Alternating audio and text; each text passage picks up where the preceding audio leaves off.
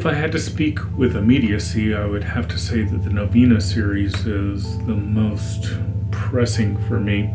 A year ago, on March the 11th or March 10th or March the 13th, I forget about which way the international dateline goes, I was working down in the Spidey Hole, which is my studio, and I received a text from a friend of mine that said, "How's Isaac?" Well, Isaac is my son. He lives in Tokyo.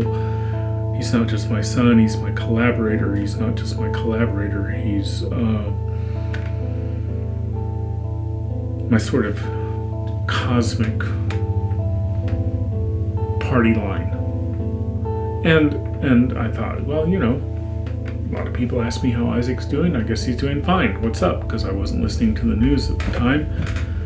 So she said, "Do you not know what's going on?" I said, "No, what's going on?" And she said, "There's a tsunami. You need to get online and find out what's up with Isaac." And so there was the tsunami and the earthquakes and the meltdown at the nuclear reactor plant, and I couldn't connect with Isaac, and he seemed so far away. It had been over 2 years since I'd seen him anyway, and this situation made him seem so freaking far away. I finally got in touch with him, and he was unnerved, and we began to piece together the situation that was happening, and it was beyond anything that I could comprehend. I make art about empathy. I make art about this sort of open whole space, and yet there was this collapse, and I couldn't understand it at all. And I was afraid for him, and he was afraid. He told me the story about gathering his students together under a table.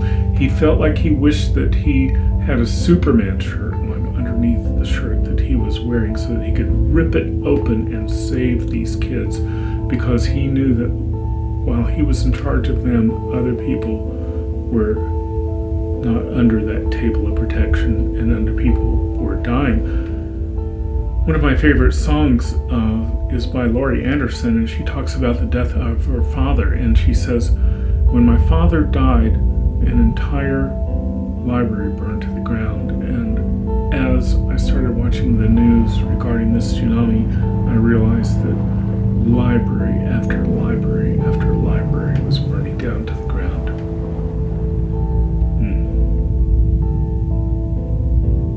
I didn't know what else to do but to start a painting.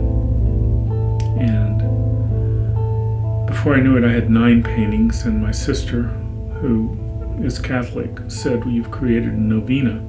I didn't know what a novena was, and she said it was a cycle of 9 prayers. And so I created a novena for Japan. Japan was suffering, and even as Japan was suffering, Haiti was suffering, and even as Haiti was suffering, tornadoes were going through northern Alabama, and I thought, I can't paint fast enough to pray for all of this discordance and this chaos. A year later, I've created 18 paintings. 1, the novena for Japan, and 2, the novena for Sendai. Isaac and I were Skyping, and there was a lot of discussion about, well, should you leave there and come to the States? You need to be safe. And he said, well, expatriates are leaving Japan in droves, and the Japanese people expect for people who are not Japanese to leave, and I just cannot feed into that expectation. And oh man, I was so worried about my son, but I so appreciated his understanding of the circumstances, and I so appreciated his willingness to tap into that energy and that culture that I saw as other, and that he understood on a very basic kind of level. So I made paintings. We Skyped. I'll continue to make paintings, praying for circumstances and situations, for people, for countries, for cultures, for communities to be receptive to healing. I will make paintings as an invitation to people who may not feel that they need to be involved in the struggle that's happening with cultures and communities outside of their own. And I will invite them with these paintings to step outside of their comfort zone and help. You don't have to go to Japan to help. You can help in your own backyard. You can help in your own home. You can help in your children's elementary schools. You can help by making paintings. You can help by making scarves. You can help by helping. That's what the Novena series is about.